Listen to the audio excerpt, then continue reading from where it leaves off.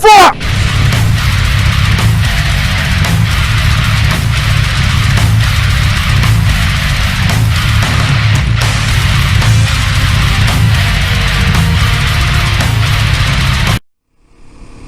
So we're doing ourselves a special today. Story time with kel-tec boy.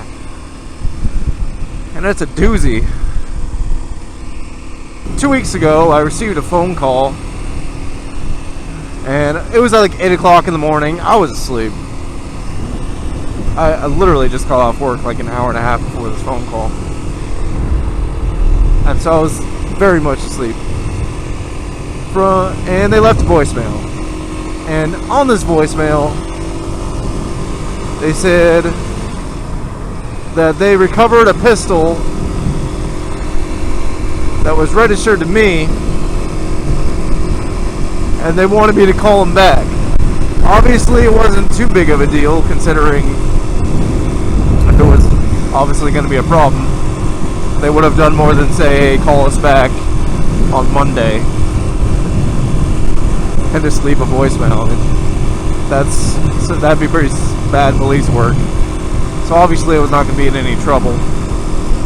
So this was on a Thursday. Their office was closed on Friday, Saturday, Sunday. So I had 3 days to figure out which one of my pistols this thing was. So I've sold quite a few pistols in my lifetime. Alright. After a little detective work, there was only one pistol, I assumed it was. So I talked to that person first, and they had ended up selling the pistol. And since that guy is already somewhat of a slumdog, I figured it's going to work its way through the slumdog network and definitely make its way down to a further slumdog in the slumdog ladder. I know all about slumdogs. That's basically my job, is slumdog knowledge. The slumdog justice. Anyway, so I called Sergeant David Richards of the Evidence and Identification Unit of the Bellingham Police Department, and he asked me if I could identify the pistol without telling me what it was, and I went straight to that one pistol. I said, well, would it happen to be a kel-tec P11? And I went into the description of it. He's like, yep, spot on. And I bought that pistol in 2011, and I sold it in 2012. So he said, well, they didn't know I actually sold the pistol, and I wasn't going to tell them that. Because frankly, I knew exactly where he was going to go with it, and I could claim it. Since I was the last known registered owner, I was told that if I passed a background check, I could claim the handgun. I was like, oh, fantastic. Exactly what I would love to do. So they called me back a few days later, notifying me that I passed. Of course I passed, because I'm a real good boy.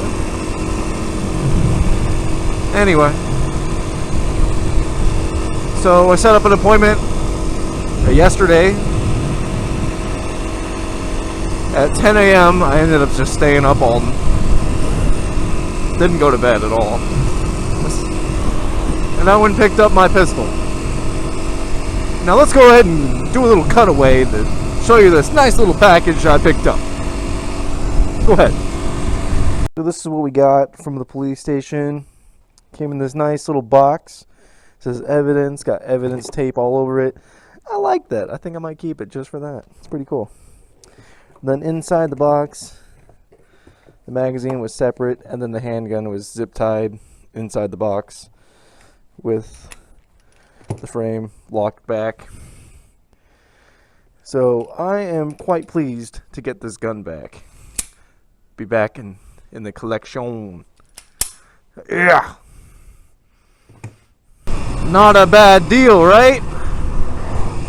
In considerably not as nice condition from when I purchased it, but you know, I bought it brand new in the box. and it has made its way around the Slumdog network. It's gonna be a little worn from like butt crack holsters and whatever have you. So I'm not at all disappointed because I sold the gun and came full circle and I got the gun back for free. So I'm not upset. But that was an interesting little tidbit in my life that I probably won't forget anytime soon. Real neat. Man, I sure do love this old dual sporting around and county roads and shit. It's such a good time. Such a good fucking time. I love living out in the county. That's the shit. Something I'd recommend to anybody who owns a motorcycle. City riding's for scooters and not fun having. Fuck that shit.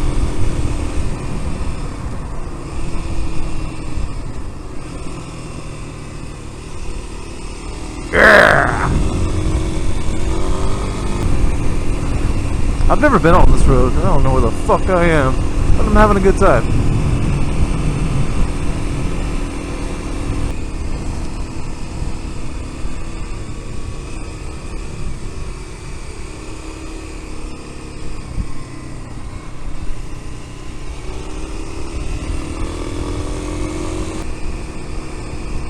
Where the fuck am I? Am I in Seamas?